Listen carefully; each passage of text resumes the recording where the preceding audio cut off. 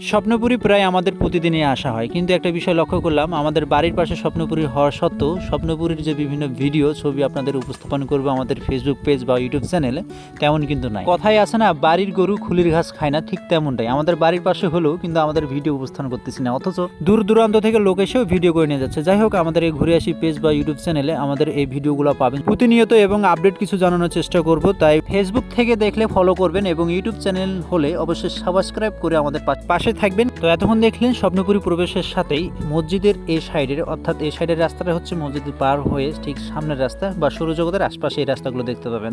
সৌরজগতের পাশে রয়েছে ভূতের বাড়ি, এটা দেখতে পাচ্ছেন সেই ভূতের বাড়ি। আর এখানে রয়েছে 3D অর্থাৎ নব থিয়েটার। আর পাশে রয়েছে আবার একটা আইসল্যান্ড। এই আইসল্যান্ডের চিত্রটা একটু ভিন্ন রূপ করছে, আগে ছিল অন্যরকম। যাই হোক, এটা হচ্ছে মিনি একটা শিশু পার্ক। আর এই সাইডে যে ফেরিস হুইলটা দেখতে পাচ্ছেন, এটা হচ্ছে নতুন সংযোজন স্বপ্নপুরীর মাঝেই। আর এটা হচ্ছে প্রধান কার্যালয়ের সামনের অংশ।